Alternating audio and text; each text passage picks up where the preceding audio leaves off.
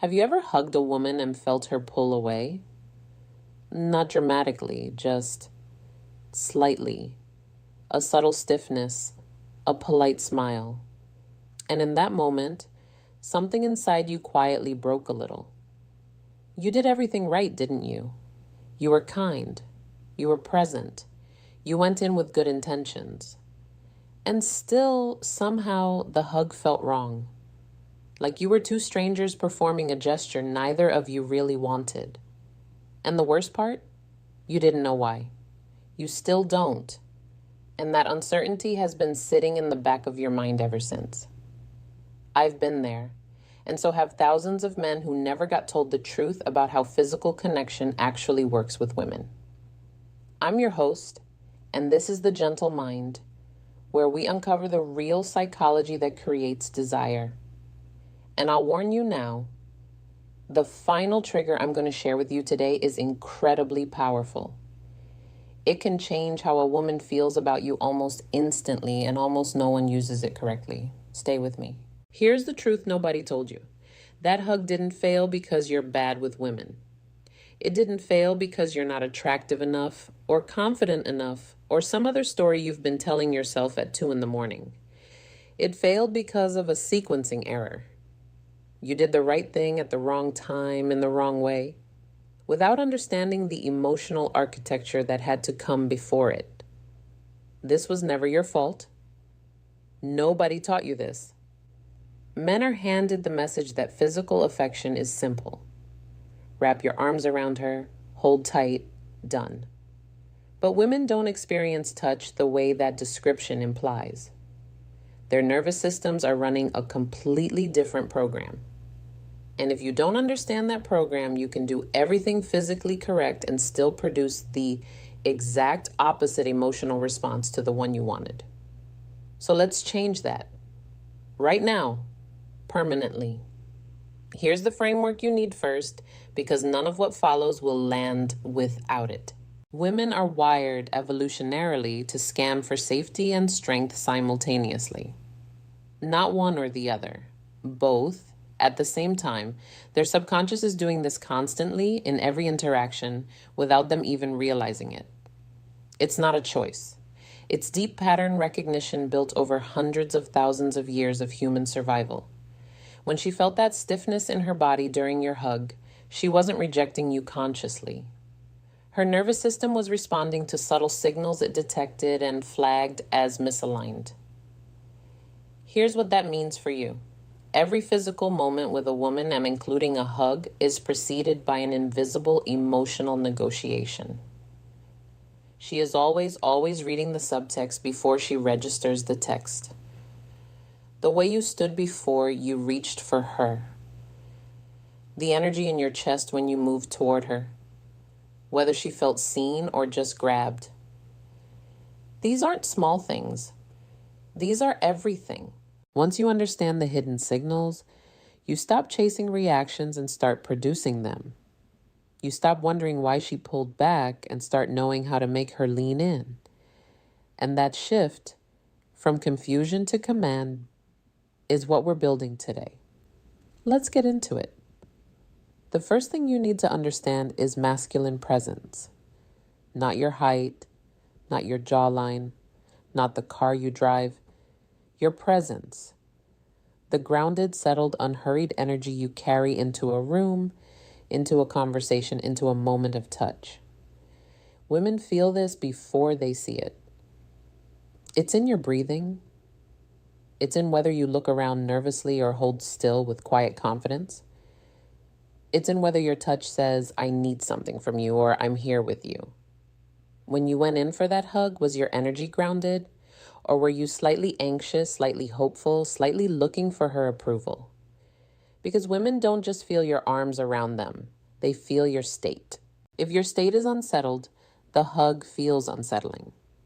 If your state is calm and grounded, the hug feels safe. And safety is the gateway to every deeper feeling. Practice this. Before you're ever physically close to a woman, take one slow breath and drop your shoulders. Feel your feet on the floor. That's not a small ritual. That's you shifting your nervous system into a state that hers will want to synchronize with. Presence isn't a look. It's a frequency she can feel. The second trigger is emotional challenge. Now, I don't mean games. I don't mean cruelty. I mean the playful, confident energy of a man who isn't desperate for her approval because he has a perspective of his own. Women are not attracted to men who agree with everything they say. That's not kindness. That's invisible. Real polarity requires two distinct energies in contact with each other. A light tease, a raised eyebrow when she says something questionable. A laugh that says you find her entertaining, but you're not impressed by everything. That's not cold. That's magnetic. Because the moment she realizes you won't just mirror her to get her approval, she starts wondering what you actually think. And that wondering, that's the beginning of real interest. The next time you're with her and she says something a little dramatic, don't validate it immediately. Smile slightly and say, "You really believe that?" With warmth. Watch what happens. She'll laugh, probably. Maybe push back. And in that exchange, something shifts. You became a person to her, not just a mirror. A man who challenges her gently becomes a man she thinks about later. The third trigger is selective attention. This one requires you to understand something about scarcity. What is everywhere is ignored. What is rare is treasured. If you're always available, always responsive, always orbiting her schedule, you become furniture. Reliable, yes. Desirable, no. A man who has a full life, real friendships, real ambitions, real things that excite him, naturally produces scarcity of attention. He's not withholding to be strategic. He's genuinely occupied. And that occupation creates a magnetism that 100 well-timed text messages cannot replicate. Think about the last time you were genuinely absorbed in something you loved. A project, a sport, a conversation with people who challenged you. That version of you is more attractive than any version of you trying to make her like you. Because that version is complete. And completeness is deeply, evolutionarily attractive. It signals that a man can provide, protect, and exist independently. All things her deep patterns are scanning for. Have a life that makes her want to be part of it, not the life you're building around her. If this is making sense so far, hit subscribe and join the Gentle Mind community. It helps more men learn what they were never taught, and there is a lot more coming. The fourth trigger is intentional listening. And this is where most men miss a staggering opportunity. Not because they don't listen, but because they don't remember. There is a specific kind of listening that women find deeply, almost uncomfortably attractive. It's the kind where 3 days after a conversation, you mention something small she said in passing, a worry she had, a thing she was excited about, a detail she didn't think you'd catch. When you do that, something remarkable happens in her brain. She doesn't just feel heard, she feels seen.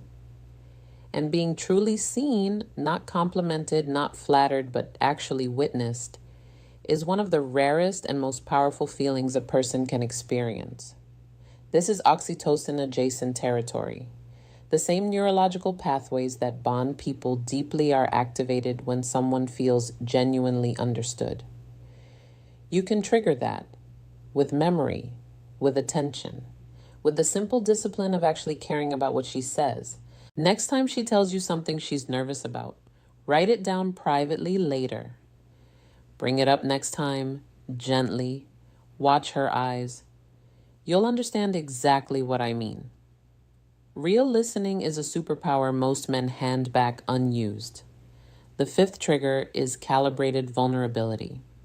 And this one makes men uncomfortable. So let's be precise about what it is and what it isn't. Vulnerability is not confession. It's not dumping your emotional history on her to create intimacy through volume. That's the opposite of what we're describing. Calibrated vulnerability is the deliberate, measured sharing of something real about you. A genuine belief, a quiet fear, a thing you care about deeply, offered in a moment of real connection, not performed for effect.